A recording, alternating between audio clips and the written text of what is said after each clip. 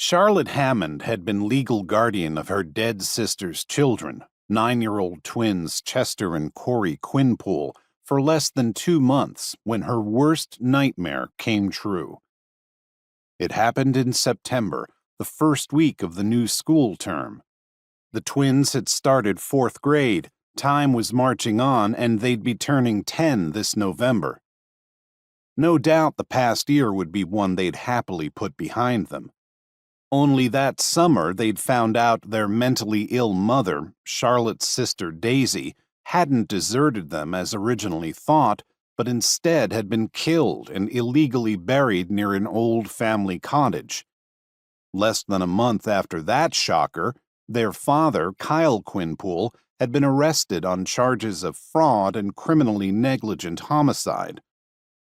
Rather than put his children through the stress of a trial, or so he'd claimed, he'd chosen to plead guilty and serve his sentence. So it had been a tough summer. And now Chester had gone missing somewhere between school and the babysitter's house. The disappearance began with only a mildly concerning phone call from Nola Thompson, the woman who was supposed to be minding the twins for the hour and a half between school and the closing of the public library where Charlotte worked. "All of the kids have been home for 15 minutes, Nola said without preamble. Still no sign of Chester. Charlotte began closing windows on her computer. Her nephew had ridden his bike today, so if anything, he should have made it to the Thompson house first. Does Corey know where he is? Nope. Anyway, if he made plans to go to one of his friends' houses, I'm the one who needs to be told. I have enough on my hands without worrying about him." Nola sounded more annoyed than worried.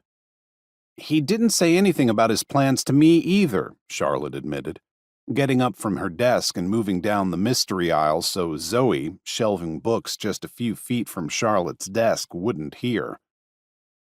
Zoe made a perfectly fine librarian assistant, but since Charlotte had taken custody of the twins, the married mother of 3 made a point of second-guessing every parenting decision Charlotte made.